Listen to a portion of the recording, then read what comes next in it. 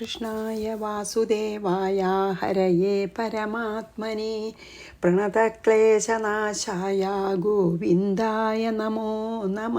ശ്രീമദ് ഭാഗവതം ഏകാദശ സ്കന്ധം അധ്യായം 10 നമ്മൾ ശ്ലോകം 29 ചെയ്തു. അതിൽ എന്താണ് പറഞ്ഞു വെച്ചാൽ, സുഖമാണെങ്കിലും ദുഃഖമാണെങ്കിലും കർമ്മങ്ങൾ ചെയ്ത് കിട്ടുന്ന ഒരു ഫലങ്ങളും ഒന്നും ശാശ്വതമല്ല. കാരണം മർത്യൻ എന്നുള്ള വാക്കിൻ്റെ അർത്ഥം തന്നെ എന്താ? എപ്പോഴും മരണം സ്വഭാവമായിട്ടുള്ളതാണ് അല്ലേ?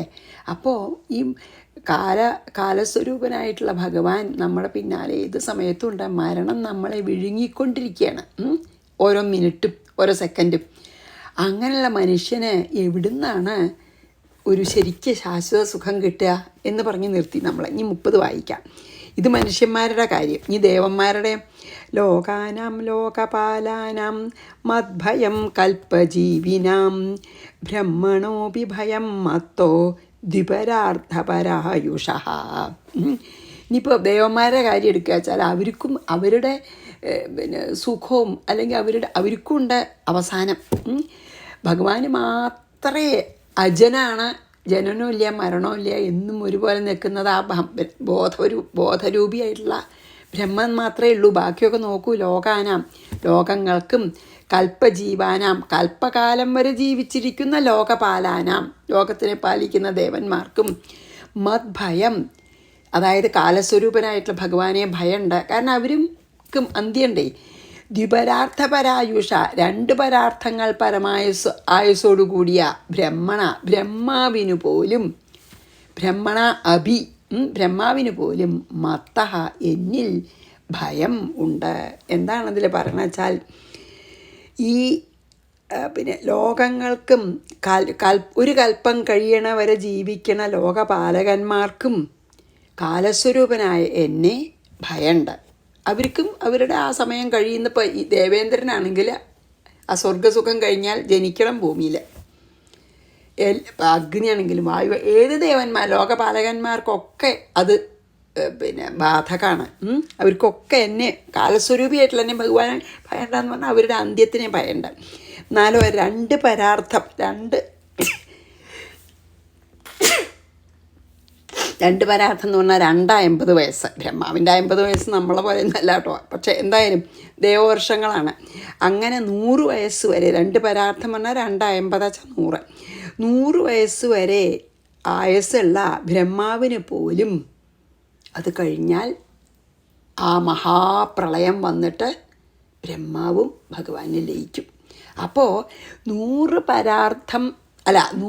വയസ്സ് 100 ദേവവർഷങ്ങൾ ആയുസ്സുള്ള ബ്രഹ്മാവിന് പോലും കാലസ്വരൂപനായ എന്നെ ഭയമുണ്ട്. അപ്പം പിന്നെ നമ്മളെപ്പോലുള്ള മനുഷ്യന്മാരുടെയും ക്ഷുദ്രപ്രാണികളുടെയും കാര്യം പറയാണ്ടോ? പറയാനില്ല. അവർക്ക് പോലും അവസാനമുണ്ട്, ഭയമുണ്ട്. അവരുടെ സുഖം പോലും ശാശ്വതമല്ല. അപ്പോൾ അതായത് ഭഗവാൻ കാലസ്വരൂപനായിട്ടുള്ള ഭഗവാനാണ് എല്ലാ ലോകപാലന്മാരുടെയും ബ്രഹ്മാവിൻ്റെയും കൂടി നിയന്താവ്. ഭഗവാനാണ് അവരുടെയും കൂടി കാര്യങ്ങളൊക്കെ നിശ്ചയിക്കണത്. അവരെ ഡെലിഗേറ്റ് ചെയ്തിരിക്കുകയാണ് ഓരോ കാര്യങ്ങൾക്കായിട്ട്. അത്രയേ ഉള്ളൂ. ഇനി അതാണ്. അപ്പോൾ ഇതുകൊണ്ട് എന്താ പറഞ്ഞു വെച്ചാൽ, സർവേശ്വരനായിട്ടുള്ള ആ ഭഗവാനെ ഭയപ്പെട്ടിട്ടാണ് ബ്രഹ്മാദികൾ പോലും പറഞ്ഞു. അതുകൊണ്ട് ഒരു ഏറ്റവും പരമമായ ഒരു ശക്തി അവിടെ ഉണ്ട്. അതില്ല എന്ന് പറയാൻ പറ്റില്ല. നിരീശ്വരവാദം പറ്റില്ല. അതായത് പരമമായ ഒരു ശക്തിയാണ് എല്ലാറ്റിനെയും നിയന്ത്രിക്കണ എന്ന് വന്നു ഇപ്പോൾ ഇല്ലേ. ഇനി ആത്മാവ് പറഞ്ഞല്ലോ മുമ്പേ, ആത്മാവ് കർത്താവും ഭോക്താവും ആണെന്ന് പറഞ്ഞല്ലോ. അല്ല, ആത്മാവ് കർത്താവും ഭോക്താവും ആണെന്ന് മീമാംസകന്മാർ അതിൽ പറഞ്ഞു നമ്മൾ അല്ലേ അതിൻ്റെ ശ്ലോകത്തിൽ. ഇപ്പം ഇനി അതിനെ അല്ലാന്ന് അതിനെ നിഷേധിക്കുകയാണ് ഭഗവാൻ കേട്ടോ. അതാണ് 31. അതെ 31. അതാണ്. നമുക്ക് വായിക്കാം. 30 വായിക്കാം. ലോകാനാം ലോകപാലാനാം മദ്ഭയം കൽപ്പജീവിനാം ബ്രഹ്മണോപി ഭയം മത്തോ ദ്വിപരാർത്ഥപരായുഷ. ഗുണാഃ സൃജന്തി കർമാണി ഗുണോനുസൃജതേ ഗുണാൻ ജീവസ്തു ഗുണസംയുക്തോ ഭുങ്ക്തേ കർമ്മ ഫലാന്യസൗ. എന്താ ഭഗവാൻ പറഞ്ഞ വെച്ചാൽ ഇതിൽ എന്താ പറഞ്ഞ വെച്ചാൽ പിന്നെ ഗുണാഹ കർമാണി സൃജന്തി. അതായത് ആത്മാവല്ല, ഈ സത്വരജസ് തമോ ഗുണങ്ങളുടെ പ്രചോദനമാണ് ഇന്ദ്രിയങ്ങളെ കൊണ്ട് കർമ്മങ്ങൾ ചെയ്യിക്കണത്. അതാണ് പറഞ്ഞത്, ഗുണാഹ കർമാണി സൃജന്തി. ഇന്ദ്രിയങ്ങളാണ് ഗുണത്തിൻ്റെ അനുസരിച്ച് ഇന്ദ്രിയങ്ങളാണ് പ്രവൃത്തികളെ സൃജന്തി ചെയ്യിക്കുന്നത്, ആത്മാവല്ല എന്ന്. പിന്നെയോ ഗുണാൻ അനുസൃജതേ. അപ്പോൾ ഇന്ദ്രിയങ്ങളാണ് കർമ്മങ്ങൾ ചെയ്യണത്, സത്വാദി ഗുണമാണ് ഇന്ദ്രിയങ്ങളെ പ്രവർത്തിക്കുന്നത്, ആത്മാവല്ല എന്ന്. സത്വം രജസ് തമോ ഗുണങ്ങളാണ് ഇന്ദ്രിയങ്ങളുടെ പ്രവർത്തനത്തിൻ്റെ പ്രചോദനം, അല്ലാണ്ട് ആത്മാവല്ല. ഇനി എന്താ പറയുന്നത് വെച്ചാൽ ഭോക്തൃത്വവും, അതായത് അപ്പം എന്ന് വെച്ചാൽ കർത്താവ് ആത്മാവല്ലെങ്കിൽ ഭോക്താവും ആത്മാവല്ല അല്ലേ? അപ്പോൾ ഭോക്തൃത്വം അല്ല എന്ന് പറയണം. അസൗ ജീവ ഗുണസംയുക്ത കർമ്മഫലാനി ഭുങ്ക്തെ. ഈ ജീവൻ ഗുണസംയുക്ത, അതായത് ഈ മായൽത്ത് ഗുണങ്ങളാൽ ബന്ധിക്കപ്പെട്ടതായതുകൊണ്ട് കർമ്മഫലാനി ഭുങ്ക്തെ അനുഭവിക്കുന്നു. അതായത് ഇപ്പോൾ ഇവിടെ പറയണത് എന്താ വെച്ചാൽ രജസ്തമോ ഗുണങ്ങളാണ് ഇന്ദ്രിയങ്ങളെ എല്ലാം ചെയ്യാൻ പ്രേരിപ്പിക്കുന്നത്. അപ്പോൾ ഈ ദേഹാഭിമാനിയായിട്ടുള്ള ആള് ഈ ഇന്ദ്രിയങ്ങളും ദേഹമൊക്കെ ഉപകരണമാണ്. ഞാൻ ആ ഉപകരണമാണെന്ന് വിചാരിക്കുമ്പോൾ, ഞാൻ ആ ദേഹമെന്ന് വിചാരിക്കുന്നിടത്തോളം കാലം ശരിക്ക് പറയാച്ചാൽ അതിൻ്റെ ദുഃഖവും സുഖവും അനുഭവിക്കണതും ഈ ദേഹാഭിമാനിയാണ്, ആത്മാവല്ല എന്ന് പറയാണ്. ആത്മാവ് സാക്ഷി മാത്രം. അപ്പം ഇതിൽ എന്താണ് ഇതിൽ പറഞ്ഞത് വെച്ചാൽ ആത്മാവല്ല ഒന്നും ചെയ്യണതും ചെയ്യിപ്പിക്കണതും ഒന്നുമല്ല. അതാണിപ്പോൾ അതായത് എന്താ പറഞ്ഞ വെച്ചാൽ ഈ ഗുണകാര്യങ്ങളായിട്ടുള്ള ഇന്ദ്രിയങ്ങൾ, അതായത് ഗുണങ്ങളാൽ പ്രേരിപ്പിക്കപ്പെട്ട ഇന്ദ്രിയങ്ങളാണ് കർമ്മങ്ങൾ ചെയ്യണത്. ഇന്ദ്രിയങ്ങളെ പ്രേരിപ്പിക്കുന്നതും ഈ സത്വരജസ്തമോ ഗുണങ്ങൾ തന്നെയാണ്. ഈ ജീവൻ ഇന്ദ്രിയങ്ങളിൽ അഭിമാനിക്കുന്നുണ്ട്. അതായത് ഞാൻ ദേഹാന്ന് വിചാരിക്കുന്നുണ്ട്, മനസ്സടക്കം അല്ലേ, മനസ്സും കൂടി ഇന്ദ്രിയമായിട്ട് പറയാം നമുക്ക്. കർമ്മേന്ദ്രിയവും ജ്ഞാനേന്ദ്രിയവും 10 മനസ്സും കൂടി ഇന്ദ്രിയമായിട്ട് പറയാം. അപ്പോൾ ഈ ഇന്ദ്രിയങ്ങളാണ് ഞാൻ എന്ന് അഭിമാനിക്കണ ഈ ജീവൻ കർത്തൃത്വം ഞാനാണ് ചെയ്യണമെന്ന് അഭിമാനിക്കണു. അതുമാത്രമല്ല കർമ്മഫലങ്ങളെ അനുഭവിക്കണുണ്ട്. അപ്പോൾ ഈ ഗുണത്തിനോട് ചേർച്ചുള്ളിടത്തോളം കാലം ഈ ജീവാത്മാവിന് നാനാത്വം തോന്നും. അതായത് ഈ ലോകം ശരിയാണെന്ന് തന്നെ തോന്നും. എത്രത്തോളം കാലം ഈ ഗുണത്തിനോട് സംബന്ധം ഉള്ളിടത്തോളം കാലം ഈ ഗുണത്തിൻ്റെ, അതായത് മായയിലത്തെ ഗുണങ്ങളുടെ വൈഷമ്യം കൊണ്ടാണ് ഈ ആത്മാവിന് നാനാത്വം തോന്നണതേ. അപ്പം നാനാത്വം നമുക്ക് തോന്നണത്തോളാണ് നമുക്ക് ഈ കർത്തൃത്വം ഭോക്തൃത്വം ഉണ്ടാവണം. ശരിക്ക് ആത്മാവാണെന്ന് ബോധം വന്നാൽ അതില്ലേണ്ടേവി. അപ്പം അതിലേക്ക് വരികയാണ് കേട്ടോ. ഗുണാഹ സൃജന്തി കർമാണി ഗുണോനുസൃജതേ ഗുണാൻ. ആത്മാവല്ല കർത്തൃത്വം, ആത്മാവല്ല കർമ്മം ചെയ്യണതും. ജീവസ്തു ഗുണസംയുക്തോ ഭുങ്ക്തേ കർമ്മഫലാന്യസൗ. അതുകൊണ്ട് അനുഭവിക്കുന്നതും ആത്മാവല്ല, ജീവനാണ് എന്ന്. ഇനി നമുക്ക് 32. യാവത് സ്യാത് ഗുണവൈഷമ്യം, അതാണ് ഗുണത്തിൻ്റെ വൈഷമ്യം എന്ന്. താവത് നാനാത്വമാത്മനോ യാവത് പാരതന്ത്ര്യം തവൈവഹി. നമുക്കിങ്ങനെ നമ്മൾ ഇന്ദ്രിയങ്ങളാന്നുള്ള വിചാരമുള്ളിടത്തോളം കാലം, അല്ലെങ്കിൽ ഞാൻ ദേഹാഭിമാനമുള്ളിടത്തോളം കാലം നമുക്ക് പാരതന്ത്ര്യം തന്നെയാണ്, നമുക്ക് അസ്വതന്ത്രം തന്നെയാണെന്നാണ് പറയണത്.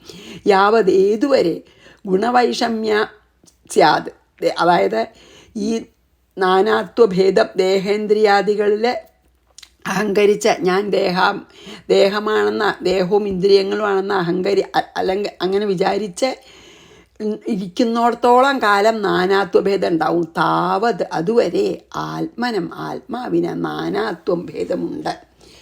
നമ്മൾ ഈ ജീവൻ ഞാൻ ദേഹമാണെന്നും ഇന്ദ്രിയങ്ങളാണെന്ന് വിചാരിക്കണോടത്തോളം കാലം ഈ ആത്മാവിന് നാനാത്വമുണ്ട്. അത് ശരിക്കില്ല, പക്ഷെ നമ്മളത് വിചാരിക്കുകയാണ്. അപ്പോൾ ആത്മാവിനെ ഏതുവരെ നാനാത്വം ഉണ്ടോ, ഈ നാനാത്വഭാവം ഉള്ളിടത്തോളം കാലം തഥയേവാഹി അതുവരെ പാരതന്ത്ര്യം, അതായത് നമുക്ക് സ്വാതന്ത്ര്യമില്ലായ്മ. പാരതന്ത്ര്യം എന്ന് പറഞ്ഞാൽ എന്താ? സ്വാതന്ത്ര്യമില്ല. അതാണ് പറഞ്ഞ് ഈ ഗുണവൈഷമ്യം കാരണം ഈ ജീവന് നാനാത്വബോധം ഉള്ളിടത്തോളം കാലം ആത്മാവിനും അതേ നാനാത്വബോധം ഉണ്ടെന്ന് തോന്നും. അതായത് പാരതന്ത്ര്യം, ഈ അസ്വതന്ത്രത എത്ര കാലം ഉണ്ടോ അത്ര കാലം ഭയമുണ്ട്. ഇനി അത് പറയും, എത്ര കാലം നമുക്ക് ഞാൻ ദേഹമാണെന്ന് നമ്മൾക്ക് അഭിമാനം ഉണ്ടോ അത്രയും കാലം ആത്മാവിനും അത് തോന്നും. അതുകൊണ്ടാണ് നമുക്ക് എപ്പോഴും ഭയം ഉണ്ടാവണത്. കാരണം ദേഹമാണെങ്കിൽ നാശമുണ്ടേ. ദേഹാഭിമാനം ഉള്ളിടത്തോളം കാലം നമുക്ക് ഭയം ഉണ്ടാവും. അത് മാത്രമല്ല, ഈ ഗുണങ്ങളാൽ പ്രചോദിപ്പിക്കപ്പെട്ട ഇന്ദ്രിയങ്ങൾ ഇങ്ങനെ ചെയ്തുകൊണ്ടിരിക്കുക. നമുക്ക് ശരിക്കും സ്വാതന്ത്ര്യമില്ല. നമ്മൾ സ്വാതന്ത്ര്യം ഉണ്ടെന്ന് പറയും. പല ആൾക്കാരും നമുക്കൊരു ഫ്രീ വില്ലുണ്ടെന്ന് പറയും. ആ ഫ്രീ വില്ല് പോലും ഗുണങ്ങളാൽ പ്രചോദിതമാണ് കേട്ടോ. അതിന് ഞാൻ ഉദാഹരണം പറയാം. ഞാൻ വായിച്ചു അത്. ഫ്രീ വില്ലുണ്ടെന്ന് പറഞ്ഞാൽ പോലും പൂർണ്ണമായിട്ടും ഫ്രീ വില്ലില്ല എന്ന് പറയുകയാണേ. അതായത് ഇപ്പോൾ ഒരാളൊരു ജയിലിൽ കിടക്കുകയാണെന്ന് വിചാരിച്ചോളൂ. അയാൾക്ക് പുറത്തേക്ക് പോകാനുള്ള സ്വാതന്ത്ര്യമില്ല, ഉപാധിയുണ്ട്, ലിമിറ്റേഷൻ ഉണ്ട് അല്ലേ. അതിൻ്റെ പുറത്തേക്ക് പോകാൻ പറ്റില്ല. പക്ഷേ ആ ഇരിക്കുന്ന റൂമിൽ അയാൾക്ക് എന്ത് വേണമെങ്കിൽ ചെയ്യാനുള്ള സ്വാതന്ത്ര്യം ഉണ്ടല്ലോ.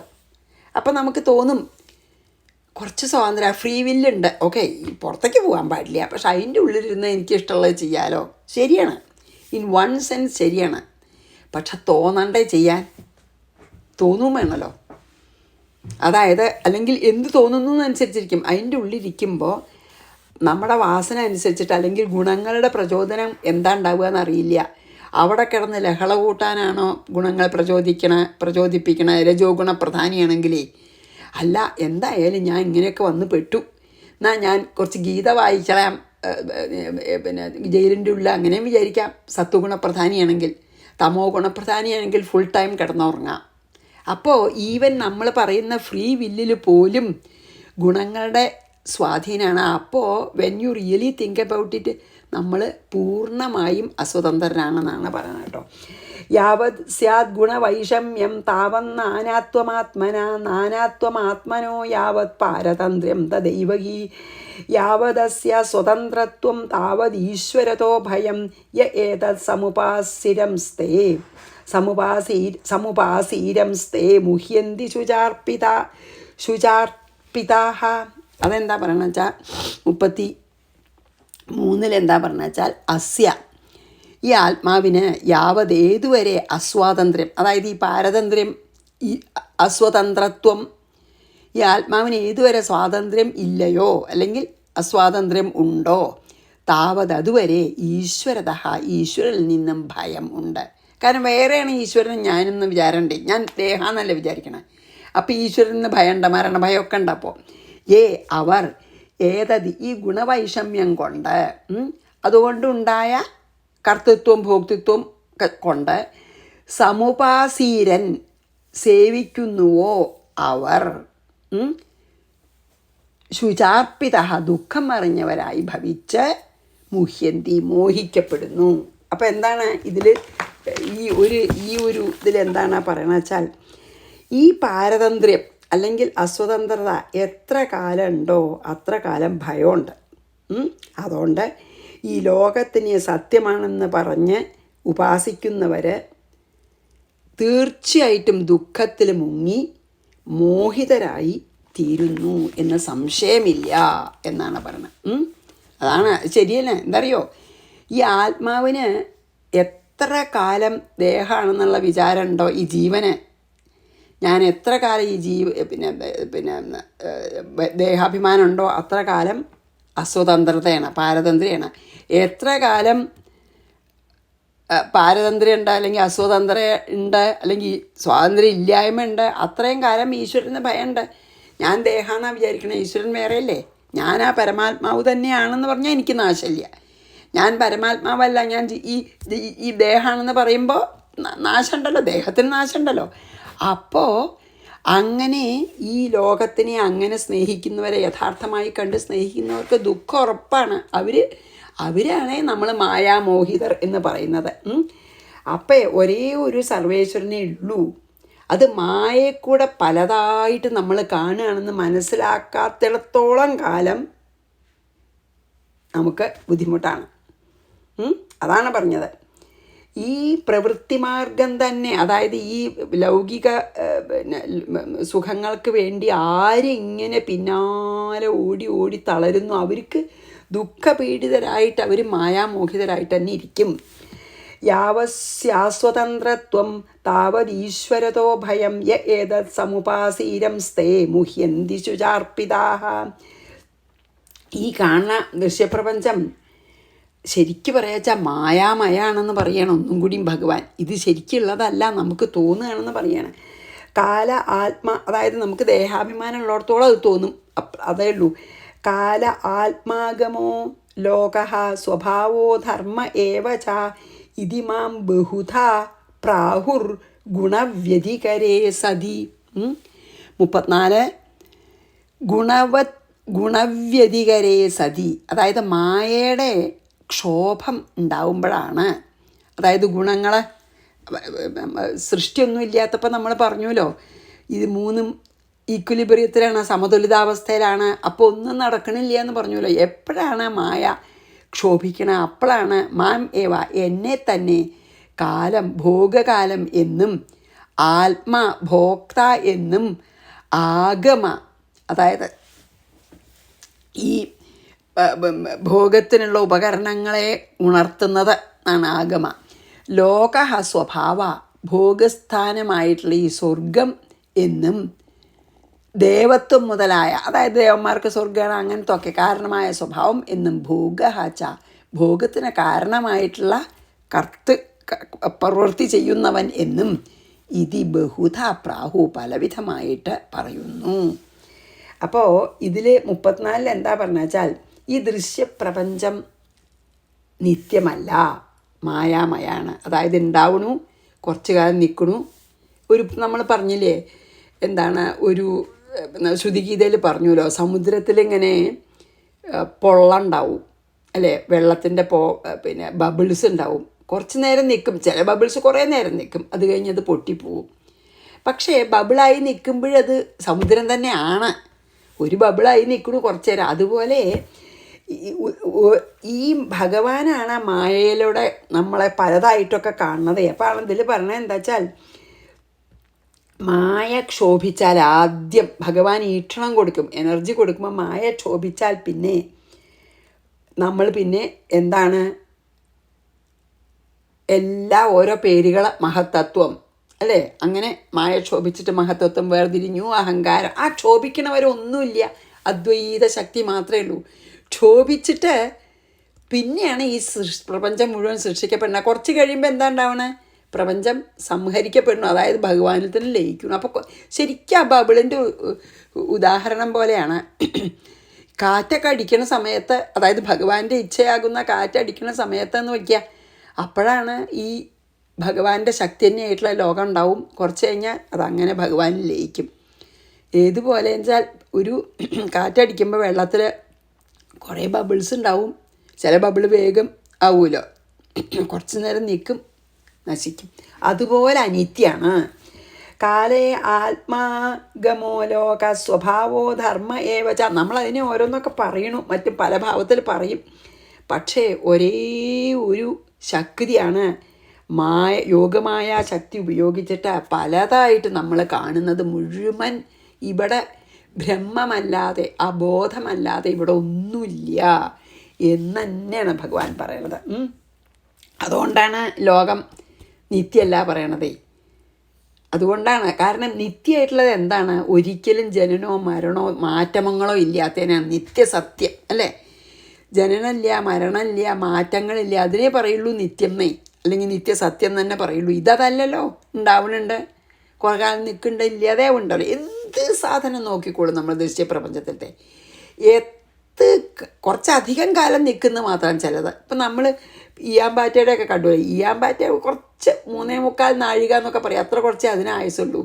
ഉറുമ്പിനിപ്പോൾ എത്ര എനിക്കറിയില്ല. അപ്പം ഈയാമ്പാറ്റയ്ക്കൊക്കെ 3.25 നാഴിക എന്ന് പറയും, കുറച്ച് നേരത്തെ ആയുസേ ഉള്ളൂ. കുറച്ചും കൂടി ആയുസുണ്ട് പട്ടിക്കും പൂച്ചയ്ക്കും ഒക്കെ, കുറച്ചും കൂടി ആയുസുണ്ടായിരിക്കും പശുവിനും ഒക്കെ, ആനയ്ക്ക് കുറച്ചും കൂടി ഉണ്ടായിരിക്കും, നമുക്ക് കുറച്ചും കൂടി ഉണ്ടായിരിക്കും. ആ വ്യത്യാസമേ ഉള്ളൂ. ജീവനുള്ളതിനും ജീവനില്ലാത്തതിനും ഒക്കെ അല്ലേ, എല്ലാറ്റും എന്നും നശിക്കാത്ത ഒന്നുമില്ല ഇവിടെ. ദ്വാരക പോലും വെള്ളത്തിൽ മുങ്ങിപ്പോയി ഇല്ലേ, ഭഗവാൻ തന്നെ, ഭഗവാന് വേണ്ടി വിശ്വകർമാവ് സൃഷ്ടിച്ച ദ്വാരക പോലെ. അപ്പോൾ അത്ര അനിത്യമാണ് ലോകം എന്നാണ് ഇതിൽ പറഞ്ഞത്. ഇനി ഉദ്ധവ ഉവാച, ഇനി ഉദ്ധവൻ ഇത്രയും പറഞ്ഞ് ഭഗവാൻ നിർത്തി 34-ാം ശ്ലോകം കഴിഞ്ഞിട്ട് കേട്ടോ. അപ്പോൾ അത് വായിച്ചു. ഇനി 35 ഉദ്ധവ ഉവാച. ഉദ്ധവന് ഇനി ഒരുപാട് സംശയങ്ങളുണ്ട് കേട്ടോ. ഉദ്ധവ ഉവാച ഗുണേഷു വർത്തമാനോപി ദേഹജേഷ്വനപാവൃതഃ ഗുണൈർന ബധ്യതേ ദേഹി ബധ്യതേ വാ കഥം വിഭോ. എന്താണ് ഉദ്ധവൻ പറയണത് വെച്ചാൽ, വിഭോ ഹേ ഭഗവാനെ, ദേഹി ജീവൻ, ഗുണേഷു ഗുണങ്ങളിലും ദേഹത്തിലും ദേഹങ്ങളിലും,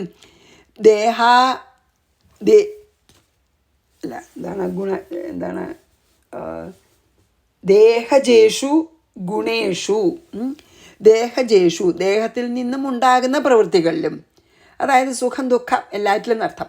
ഹേ ഭഗവാനെ, ജീവൻ ഈ ദേഹത്തിൽ നിന്നും ഉണ്ടാകുന്ന പ്രവൃത്തികളും, അതാണ് ദേഹജേഷു. വർത്തമാനഃ അഭി, അത് തന്നെ ആ വർത്തമാനത്തിൽ സ്ഥിതി ചെയ്യുന്നുവെങ്കിലും, ഗുണൈഹി അതായത് ദേഹം, ഗുണം കൊണ്ടുണ്ടായ ദേഹാദികളാൽ, കഥം ന ബധ്യത എന്തുകൊണ്ട് ബന്ധിക്കപ്പെടുന്നില്ല, അനുപാവൃതം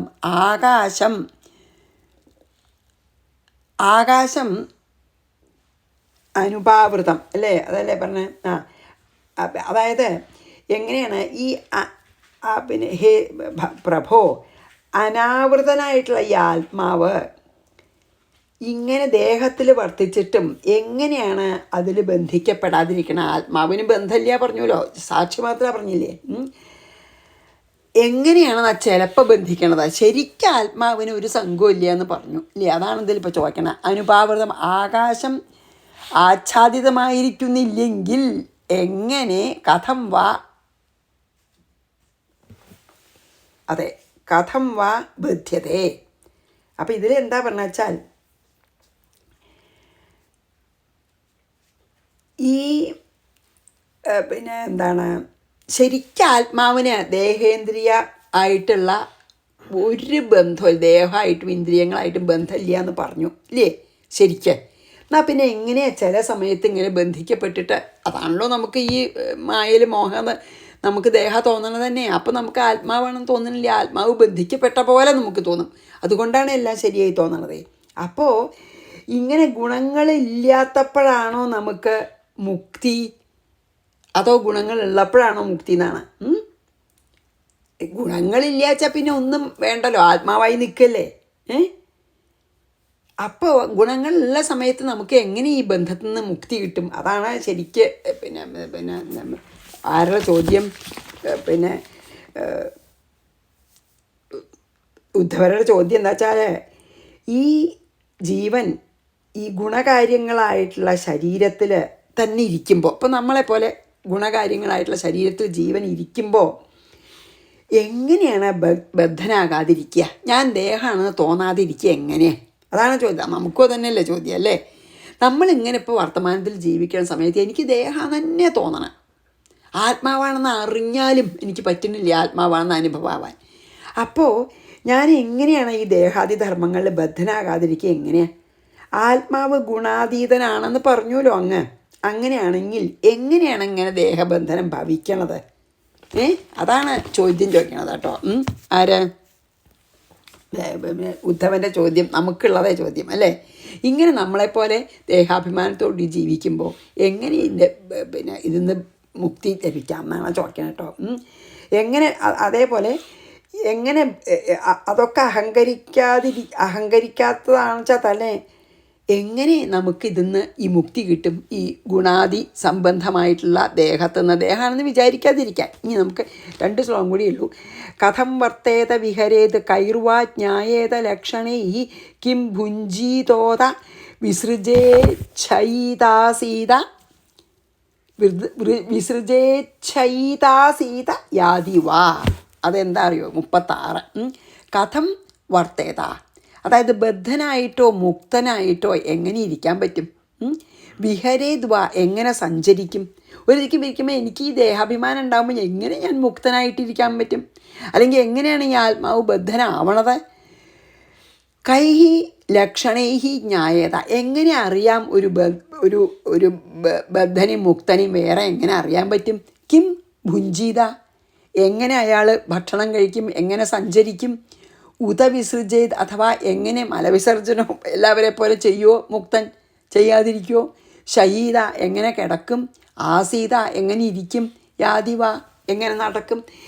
അതായത് എന്താ പറഞ്ഞാൽ ഇതിൽ ചോദിക്കണ വെച്ചാൽ ബദ്ധനും മുക്തനും തമ്മിലുള്ള വ്യത്യാസമാണ് ചോദിക്കണത്. ഒരു ബദ്ധൻ്റെ ലക്ഷണം, അതായത് പിന്നെ ചോദിക്കുകയാണ്, ബദ്ധനാണോ മുക്തനാണോ, എങ്ങനെയാണ് അവരുടെ എങ്ങനെ നമുക്ക് കണ്ടറിയാം? എങ്ങനെ അവർ നടക്കും? ഏതൊക്കെ ലക്ഷണങ്ങൾ കൊണ്ട് അവർ അറിയപ്പെടും? പിന്നെ എങ്ങനെയാണ് അവർ ഭക്ഷണം കഴിക്കുക? എങ്ങനെയാണ് വിസർജനം ചെയ്യുക? എങ്ങനെയാണ് കിടക്കുക, നടക്കുക? ഇതൊക്കെ അവരെങ്ങനെ ചെയ്യുക? എന്തെങ്കിലും എന്താണ് ഒരു മുക്തനായിട്ടുള്ള ഒരാളെ ഇതൊക്കെ വ്യത്യാസമാണോ? ബദ്ധൻ എങ്ങനെ ഇതൊക്കെ ചെയ്യുക എന്നാണ്. കഥം വർത്തേത വിഹരേത് കൈർവാ ജ്ഞായേത ലക്ഷണൈ കിം ഭുഞ്ജീതോത വിസൃജേച്ഛൈതാസീതയാദിവാ ഏതദച്യുതമേ ബ്രൂഹി പ്രശ്നമിതാം വര നിത്യബദ്ധോ നിത്യമുക്ത ഏക ഏവേദി മേ ഭ്രമ. അവസാനം അതന്നെയാണ് ചുരുക്കത്തിൽ ചോദിക്കണം. എന്താ അച്യുത, ഹേ ഭഗവാനെ, പ്രശ്നവിധാം വര, എല്ലാ ചോദ്യങ്ങളെയും അറിയുന്നവരിൽ ഏറ്റവും ഉത്കൃഷ്ടനായവനെ, മേ ഏതത് പ്രശ്നം, എൻ്റെ ഈ ചോദ്യത്തിന് ബ്രൂഹി, ഉത്തരം പറഞ്ഞാലും, ഏകഹ, ഒരുത്തൻ മാത്രം, നിത്യബദ്ധൻ നിത്യമുക്തൻ ഇതി എന്ന് ഏതാണെന്ന് അറിയാണ്ട് ഞാൻ വിഷമിക്കുകയാണ്. മേ ഭ്രമ, എനിക്കതിൽ ഭ്രമം എന്ന് പറഞ്ഞാൽ എനിക്കറിയില്ല, അതെനിക്ക് പറഞ്ഞു തരൂ എന്നെ പറഞ്ഞിട്ടാണ് നിർത്തണത്. അതായത് ഒരാൾ എന്നും ബദ്ധനായിട്ട് കാണുന്നു, ഒരാളെ ജനിക്കുമ്പോൾ തന്നെ അല്ലെങ്കിൽ വളരെ കുട്ടിയിൽ തന്നെ മുക്തി അയാൾക്ക് കിട്ടുന്നു. ഇതൊക്കെ എങ്ങനെയാണ്? ഈ ബന്ധനവും മോക്ഷവും അനാദിയാണെന്ന് പറയണം. അല്ലെങ്കിൽ മുക്തന് ഇനി പുനരാവൃത്തി വരില്ലേ? ഇത് മുക്തനായി കഴിഞ്ഞാൽ പിന്നെ പുനരാവൃത്തി ഇല്ല. അതൊക്കെ എങ്ങനെയാണ്? എനിക്ക് എല്ലാം വളരെ സംശയം, ഒന്നും എനിക്ക് ക്ലിയർ അല്ല എന്ന് പറയുകയാണ്. എങ്ങനെയാണ് ഒരു ബന്ധനമുക്തനും വിഹരിക്കുക? അവൻ എന്ത് ലക്ഷണം കൊണ്ട് അറിയാം എന്നൊക്കെ ചോദിച്ചുല്ലോ നമ്മളെ.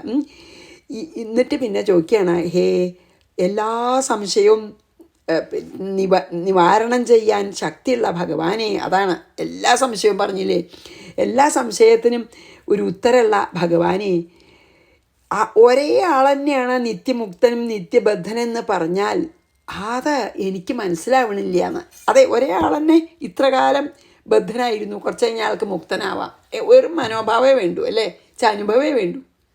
അതെനിക്ക് മനസ്സിലാക്കാൻ പറ്റുന്നില്ല. ഞാൻ അങ്ങനെ ഭ്രമിച്ചിരിക്കുകയാണ്. അതുകൊണ്ട് എൻ്റെ ഈ സംശയം തീർത്തു തരണേ. അതായത് ഒരേ ആൾ തന്നെ കുറച്ചു കാലം ബദ്ധനായി, പിന്നെ ആത്മാനുഭവം വന്നാൽ മുക്തനായി. അതൊന്നും എനിക്ക് മനസ്സിലാവണില്ല, എനിക്ക് പറഞ്ഞു തരൂ എന്ന് പറഞ്ഞ് നിർത്തി.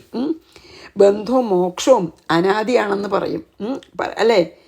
അതായത് അനാദിയാണെന്ന് വെച്ചാൽ ബന്ധവും മോക്ഷം, പിന്നെ മുക്തനും ഇല്ലല്ലോ, പിന്നെ എന്താണ് മുക്തനും പിന്നെയും ജനിക്കേണ്ടിയില്ല. എനിക്ക് ആകെപ്പാടെ ഞാൻ കൺഫ്യൂസ്ഡ് ആയിരിക്കുന്നു. എൻ്റെ ഈ സംശയങ്ങൾക്കൊക്കെ ഉത്തരം തന്ന് അരുളണേ എന്ന് പറഞ്ഞ് നിർത്തി.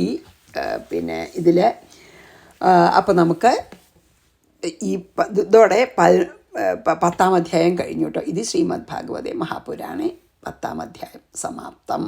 11-ാം സ്കന്ധം 10-ാം അധ്യായം സമാപ്തമായി കേട്ടോ.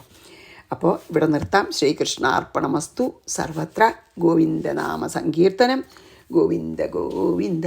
ഗുരുവായൂരപ്പാ ശരണം.